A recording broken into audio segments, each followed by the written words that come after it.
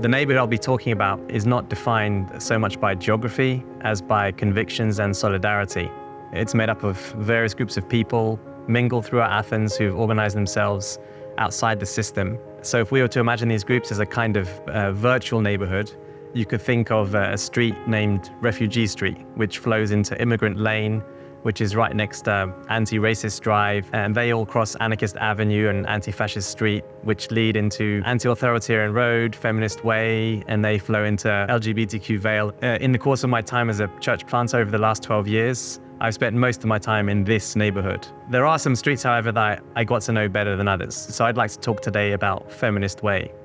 The people who live on Feminist Way come from all walks of life. They don't have the same backgrounds or jobs or social class or ethnicity. They're tired of living in a society where daily injustices against certain groups of people are not just tolerated or covered up, but even condoned by mainstream media and opinion. So one moment I witnessed that felt almost prophetic was when I was at a feminist march, which came to a halt in front of the General Secretariat for Gender Equality. It was the aftermath of yet another rape that appeared that the state was failing to deal with adequately. And right there, standing in front of the riot police who were guarding the General Secretariat, they began singing a song.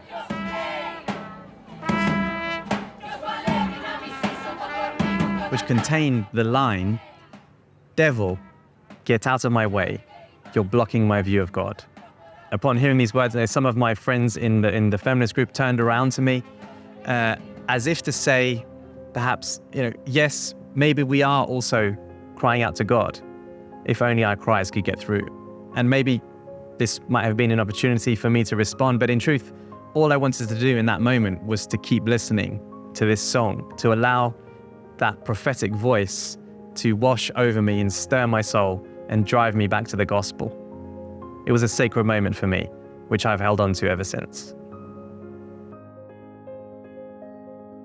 One of the challenges of connecting the gospel with this world is that Christianity is very much seen as a major part of the problem. In fact, it's my feminist friends who've helped me to see just how much the church has been culpable for contributing to gender injustice. However, it's also important to remember that since we believe that our world is fallen, recognizing and confessing our sin does not make us less Christian, but more. Repentance is the key to communicating the gospel in a world like this. In a world where women are told that they are crazy just for bringing up the problem. So for people asking how the Bible views women, or if it gives them a voice, they don't need to look far.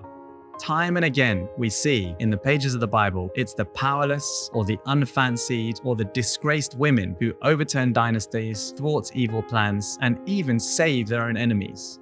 These are the people that God chose to platform in the Bible. And then, of course, there's Jesus himself. As you read through the Gospels, you realize that there is no one in history who has ever honored and dignified women the way Jesus did.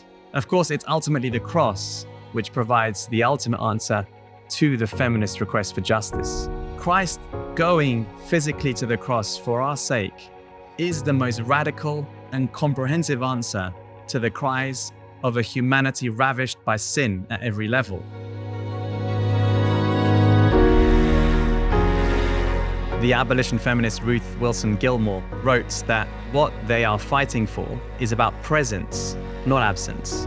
It's about building life-affirming institutions. And I think that sentiment resonates with the vision of the gospel. So as Christ indwells his body, the church, that body becomes his hands and his feet, and is able in turn to be present to others, to offer life and prevent harm in ways that the institutional church has too often failed to do.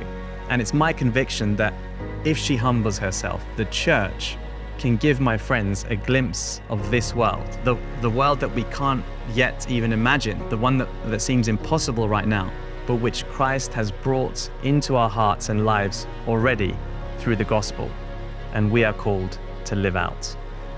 My name's Tim Coomar, and I'm from Athens, Greece.